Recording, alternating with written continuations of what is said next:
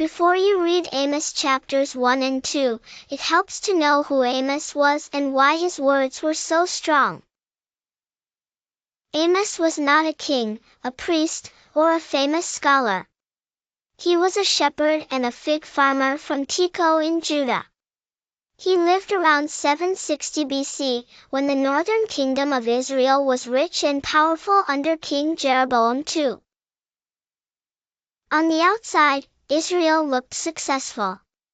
There was wealth, military strength, busy worship, and business growth. But Amos saw something deeply wrong. The rich were pushing down the poor.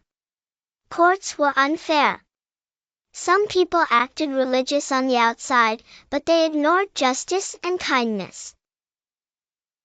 That is why Amos is often called one of the bluntest prophets in the Bible. He speaks like a judge in court, announcing charges against people who think they are safe. One phrase in Amos appears again and again, for 3 transgressions, and for 4. This is a Hebrew poetic way of saying that sin has become full. It does not mean exactly 3 sins and then 1 more. It means, enough is enough. The time for judgment has come. Amos also uses a pattern that starts with nearby enemies and slowly moves inward.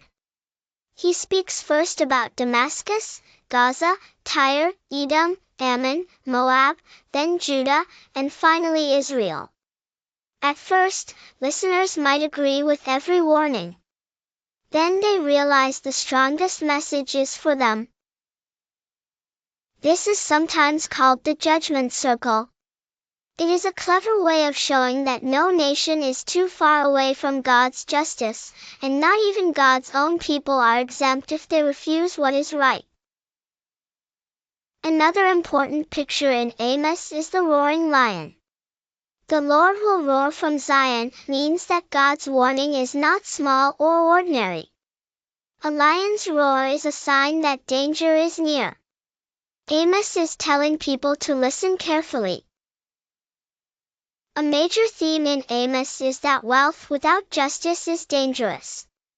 The book does not say that having money is always wrong. It says that gaining riches through cruelty, bribery, or unfair treatment is evil. God cares deeply about how the poor and vulnerable are treated. Amos also shows that worship without obedience is empty. The people still offered sacrifices and kept festivals, but they ignored justice and righteousness. Later Amos says that God hates feasts when they hide hypocrisy. This is one of the book's strongest lessons.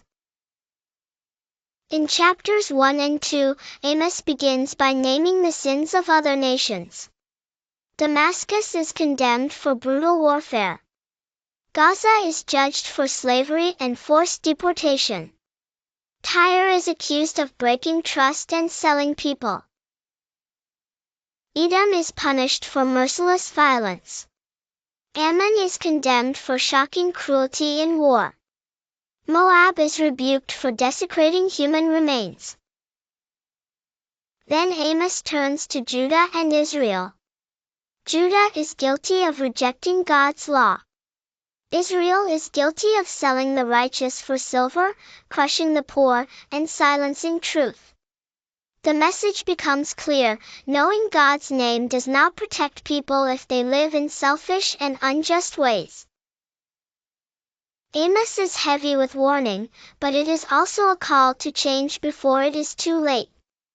The book reminds readers that God sees governments, businesses, courts, churches, and the way people treat one another.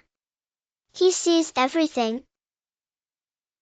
As you read Amos 1 and 2, listen for the strong rhythm, the repeated warnings, and the turning point where the message comes home to Israel itself.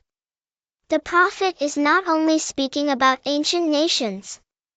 He is asking every listener to choose justice, righteousness, and true faith.